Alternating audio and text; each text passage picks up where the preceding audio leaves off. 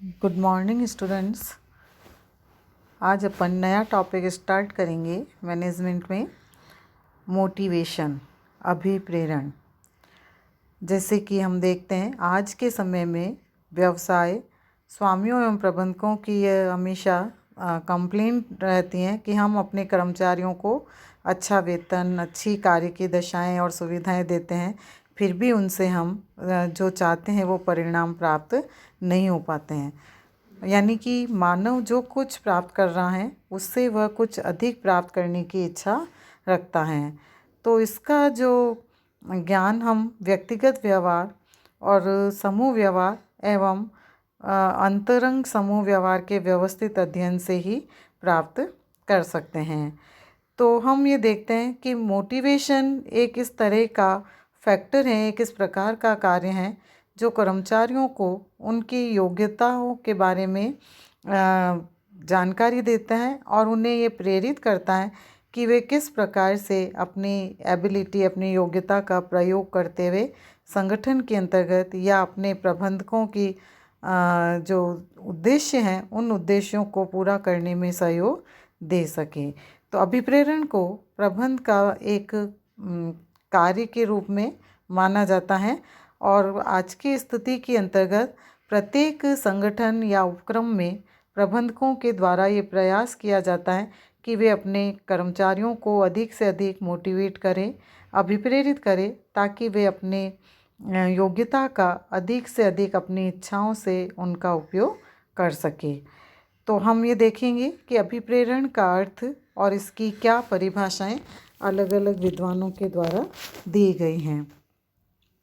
सामान्यतः अभिप्रेरण एक ऐसी शक्ति अथवा इच्छा है जो व्यक्तियों की इच्छा को इस प्रकार बना देते हैं कि वह कार्य करने के लिए प्रेरित हो जाए। किंतु प्रबंध के अंतर्गत हम देखें तो मानव शक्ति के व्यवहार को निर्देशित करने एवं उसका सहयोग प्राप्त करने की कला को अभिप्रेरण या उत्प्रेरण के नाम से जाना जाता है। अन्य शब्दों में हम देखें, अभिप्रेरणा का अर्थ संवेगों, उद्वेगों, इच्छाओं, आकांक्षाओं, प्रयासों अथवा आवश्यकताओं की सहायता से मानवीय व्यवहार को समझने, निर्देशित एवं नियंत्रित करने से होता है। तो अभिप्रेरण की अवधारणा एवं अर्थ को निम्नलिखित परिभाषाओं के द्वारा हम स्पष्ट कर सकते हैं। डेल एस बीच के शब्दों में अभिप्रेरण को एक लक्ष्य या पुरस्कार को प्राप्त करने के लिए शक्ति खर्च करने की इच्छा के रूप में परिभाषित किया जा सकता है। Motivation can be defined as a willingness to expend energy to achieve goal और अ रिवॉर्ड। इसी तरह से स्टैनले वेंस के अनुसार कोई भी भावना या आवश्यकता जो व्यक्ति की इच्छा को इस प्रकार प्रभावित करती है कि वह कार्य करने के लिए प्रेरित हो जाए, अभिप्रेरणा कहलाती हैं। Motivation implies any emotion, desire which so condition one's will that individual is propelled into action. तो कहने का तात्पर्य है कि प्रबंध के अंतर्गत यानी अभिप्रेरणा से जो तात्पर्य है कि किसी भी व्यक्ति को अगर हम उसे कार्य करने के लिए उसकी भावना को इस प्रकार से परिवर्तित कर दें कि वो स्वयं उस काम को करने के लिए तत्पर हो जाए, तो इस तरह के प्रयासों को हम अभिप्रेरणा के नाम से जानते हैं। इसी तरह से रेमंड और कार्ल हेल ने भी इसको परिभाषित किया है। अभिप्रेरण से आशय किसी निश्चित उद्देश्य की प्राप्ति के लिए व्यक्ति के कार्य करने की तत्परता स्तर से है एवं इससे तत्परता की मात्रा में वृद्धि करने वाले कारकों की प्रकृति एवं उनका स्थान निर्धारण भी सम्मिलित हैं। तो इस प्रकार अभिप्रेरण एक मनोवैज्ञानिक अवधारणा एवं उत्तेजना है, यानी इसको एक साइकोलॉजिकल कॉन्सेप्ट के रूप में ही हम मान सकते हैं, जिसका संबंध व्यक्तिगत कर्मचारी में कार्य कर रही उन शक्तियों से हैं जो उसे किसी काम को किस ढंग से करने अथवा न करने के लिए प्रोत्साहित करती हैं। तो कहने का तात्पर्य कि अभिप्रेरणा व्यक्तियों को काम को करने के लिए प्रेरित करने का प्रयास है और उनको इस तरह से मोटिवेट करना, प्रेरित करना कि वे अपने स्वयं की इच्छा से काम को करने के लिए तत्पर हो सके। चाहे वो उन्हें हम रिवॉर्ड के रूप में या पुरस्कार के रूप में प्रेरित कर सकते हैं या उनकी आवश्यकताओं को पूरी करते हुए उनको काम करने के लिए प्रोत्साहित कर सकते हैं। इस आधार पर अभिप्रेरण की कुछ विशेषताएं अथवा इसकी प्रकृति के बारे में हम जान सकते हैं। कैरेक्टरिस्टिक्स और नेचर ऑफ मोटिवेशन। प्रबंध क्षेत्र के प्रतिष्ठित विद्वानों ने अभिप्रेरण शब्द को अपने अपने दृष्टिकोणों से परिभाषित किया और उनको अगर हम समग्र परिप्रेक्ष्य में समझें तो उसकी निम्नलिखित विशेषताएं हमारे सामने आती हैं। जैसे फर्स्ट, मनोवैज्ञानिक अवधारणा, साइकोलॉजिकल कॉन्सेप्ट। अभिप्रेरण एक मनोवैज्ञानिक अवधारणा है क्योंकि इसका संबंध मनुष्य के मन, उसके मस्तिष्क एवं उसकी सोच से होता है, इसलिए यह प्रत्येक व्यक्ति के अंदर से आते हैं। इस संबंध में लॉन्गनेकर एवं प्रिंगल का विचार है कि अभिप्रेरण अवलोकन योग्य अवधारणा नहीं है। हम किसी व्यक्ति के कार्य निष्पादन को देख सकते हैं किंतु निष्पादन स्तरों के पीछे के कारणों को नहीं देख सकते हैं। इसी प्रकार यह एक प्रक्रिया है, अ प्रोसेस। अभिप्रेरण एक सतत प्रक्रिया यानी कंटिन्यूस प्रोसेस है क्योंकि यह सदैव चलती रहती हैं। जब तक संस्था अस्तित्व में रहती है और उसमें कार्यरत व्यक्तियों से कार्य करवाने की आवश्यकता होती है, यह प्रक्रिया चलती रहती हैं। अभिप्रेरण जटिल एवं गतिशील प्रक्रिया के रूप में भी मानी जाती है, कॉम्प्लेक्स एंड डायनेमिक प्रोसेस, क्योंकि इसका संबंध मानवीय आवश्यकताओं, इच्छाओं, रुचियों तथा मानवीय व्यवहार से है जो स्वयं अत्यंत परिवर्तनशील एवं जटिल हैं। अभिप्रेरण एक वृत्तीय प्रक्रिया के रूप में भी है क्योंकि यह असंतुष्ट आवश्यकता से प्रारंभ होती है और व्यक्ति आवश्यकता पूर्ति एवं संतुष्टि के साधन खोजता है और आवश्यकता पूर्ति के पश्चात व्यक्ति अपनी संतुष्टि का मूल्यांकन करता है एवं भावी व्यवहार के बारे में निर्णय लेता है। तो इस आधार पर इसको सर्कुलर प्रोसेस के रूप में भी कहा जाता है। थर्ड है, यह एक विधि है, इट इज़ अ मेथड। अभिप्रेरण एक विधि है जिसके द्वारा एक संस्था में कार्यरत मानव शक्ति की भावनाओं, संवेगों, उद्वेगों एवं आवश्यकताओं आदि का अध्ययन कर उन्हें सेटिस्फाइड यानी उनको संतुष्ट करने का प्रयास किया जाता है ताकि उन्हें संस्था के लक्ष्यों की प्राप्ति के लिए लगन, निष्ठा और रुचि के साथ काम करने के लिए प्रेरित किया जा सके। आवश्यकताओं की संतुष्टि, सेटिस्फैक्शन ऑफ द नीड्स। मानवीय आवश्यकताएं हम देखते हैं कि अनंत होती हैं, उनकी कोई लिमिट नहीं है। एक व्यक्ति अपनी इन आवश्यकताओं को संतुष्ट करने के लिए किसी काम को करने के हेतु प्रेरित होता है, अतः उनको संतुष्ट करना, व्यक्तियों में कार्य करने की इच्छा उत्पन्न करना, उसे बनाए रखना और उनमें वृद्धि करने के लिए आवश्यक है। तो प्रबंधक इन आवश्यकताओं की पूर्ति करने के लिए अभिप्रेरण को काम में लेता है और उनको समय समय पर मोटिवेट करता है। निष्पादन से संबंधित, रिलेटेड विथ परफॉर्मेंस। अभिप्रेरण की प्रक्रिया आवश्यकता पर आधारित विचारधाराओं के अनुसार निष्पादन एवं एक महत्वपूर्ण वेरिएबल है, इसलिए निष्पादन के आधार पर व्यक्ति को पुरस्कार प्राप्त होते हैं। जिस संगठन में लोगों के निष्पादन स्तर को ध्यान में रखते हुए पुरस्कार प्रदान नहीं किए जाते हैं, उस संगठन में अभिप्रेरण विधियों एवं कार्यक्रमों का प्रभाव कम हो जाता है। संपूर्ण व्यक्ति अभिप्रेरित होता है, न कि उसका एक भाग। The whole and not part of man is motivated. व्यक्ति की आवश्यकताएं उद्देश्य से प्रेरित होती हैं।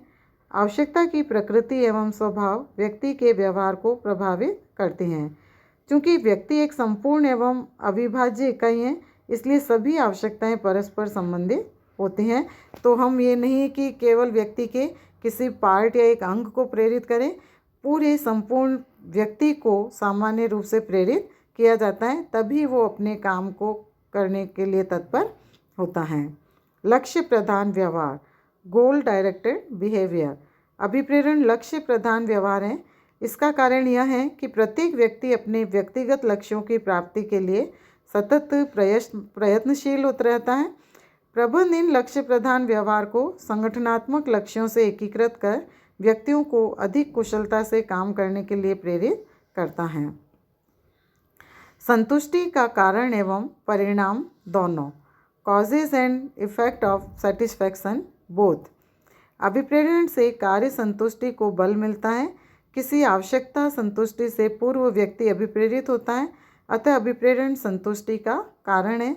परंतु आवश्यकता की संतुष्टि होने से भी व्यक्ति में पुनः काम करने की जो इच्छा है वो जागृत होती है और इस स्थिति में अभिप्रेरण संतुष्टि का परिणाम माना जाते हैं। कार्य करने की तत्परता, रेडीनेस टू वर्क। अभिप्रेरण व्यक्ति की काम करने की यानी कार्य करने की इच्छा या तत्परता है। प्रत्येक व्यक्ति में कार्य करने की क्षमता को हम देखते हैं और पाई जाती है, परंतु वह अपनी क्षमता का कुछ ही भाग प्रयोग करता है, तो उसमें अपनी शारीरिक एवं मानसिक शक्ति को संचित करने और अनुत्पादक कार्यों में खर्च करने की प्रवृत्ति पाई जाती है। किंतु अभिप्रेरण से उसको रचनात्मक कार्यों के लिए प्रेरित किया जाता है और इस प्रकार स्पष्ट है कि अभिप्रेरण काम करने की तत्परता या इच्छा जागृत करने वाली क्रिया है। इसी प्रकार से आंतरिक भावना, इनर एस्पायरेशन। अभिप्रेरणा मूलतः मनोवैज्ञानिक है। इसका संबंध एक व्यक्ति की आंतरिक भावनाओं से है जो कि उसके प्रयत्नों की दिशा, मात्रा, स्वभाव को न केवल निश्चित करती है अपितु उसकी इच्छा शक्ति, उसके उद्वेगों, संवेगों एवं मनोवेगों को जागृत करती हैं और इसके परिणाम स्वरूप वह किसी विशेष कार्य को करने के लिए मोटिवेट होता है। उद्दीपन कार्य, अराउजल प्रोसेस। इसमें जैसे हैब ने कहा है कि मस्तिष्क संबंधी घटनाओं के दो पहलू हैं। पहला संकेत, कोई क्यू, एवं उद्दीपन, अराउजल। अभिप्रेरण उद्दीपन पहलू है क्योंकि बिना उद्दीपन के संकेत पहलू विद्यमान नहीं रह सकता है। उद्दीपन मनुष्य की निष्क्रिय शक्तियों को उत्तेजित करता है, न कि मार्गदर्शक। इसके अंतर्गत विभिन्न स्टिमुलेंट्स को निर्धारित करके उन्हें प्रयुक्त किया जाता है ताकि मानवीय व्यवहार को वांछित दशा में निर्देशित किया जा सके और उसे बनाए रखा जा सके। अभिप्रेरण मनोबल एवं कृत्य संतुष्टि से भिन्न है। Motivation is different from moral and job satisfaction. अभिप्रेरण व्यक्तिगत व्यवहार को समझने का आधार है, जबकि मनोबल सामान्यतया समूह भावनाओं को दर्शाता है। इसी प्रकार अभिप्रेरण व्यक्तियों को इच्छित तरीके से कार्य निष्पादन करने हेतु प्रोत्साहित करने की प्रक्रिया है, जबकि कृत्य संतुष्टि सापेक्ष आनंद एवं कष्ट की अनुभूति होती हैं। तो इस प्रकार से अभिप्रेरण मॉरल यानी मनोबल और कृत्य संतुष्टि से भिन्न होते हैं। इन विभिन्न विशेषताओं के आधार पर हम देख सकते हैं कि वास्तव में अभिप्रेरण एक ऐसा कार्य है जिससे व्यक्तियों को अधिक से अधिक काम करने के लिए या उनकी स्वैच्छिक इच्छा को जागृत करने का प्रयास किया जाता है। अभिप्रेरण के उद्देश्य, ऑब्जेक्टिव्स ऑफ मोटिवेशन। अभिप्रेरण का मुख्य उद्देश्य उपक्रम में कार्यरत व्यक्तियों में कार्य के प्रति रुचि उत्पन्न करना होता है। अतः इसे प्राप्त करने के लिए अन्य उद्देश्य, जिसे सहायक उद्देश्य भी कह सकते हैं, निम्नलिखित हैं।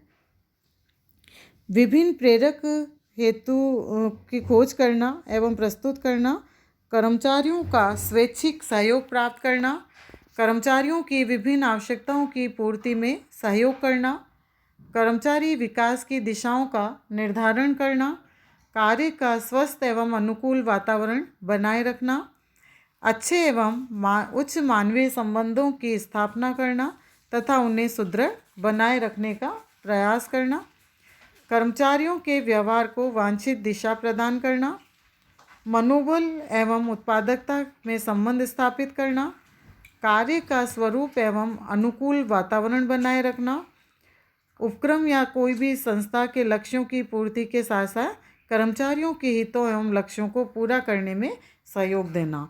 तो ये विभिन्न उद्देश्यों को ध्यान रखते हुए अभिप्रेरण का कार्य किया जाता है और इस कार्य के माध्यम से मुख्य उद्देश्य जो उपक्रम के हैं उन्हें भी सफलतापूर्वक पूरे किए जाते हैं, प्राप्त किए जाते हैं और कर्मचारियों के हितों को भी ध्यान में रखकर और उनके हितों को भी पूरा करने का प्रयत्न किया जाता है। धन्यवाद बच्चों।